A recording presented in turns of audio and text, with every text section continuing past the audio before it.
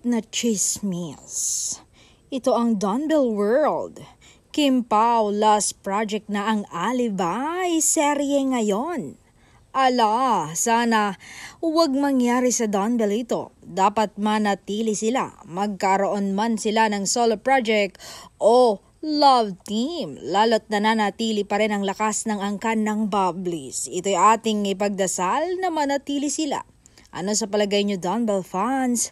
Comment down below.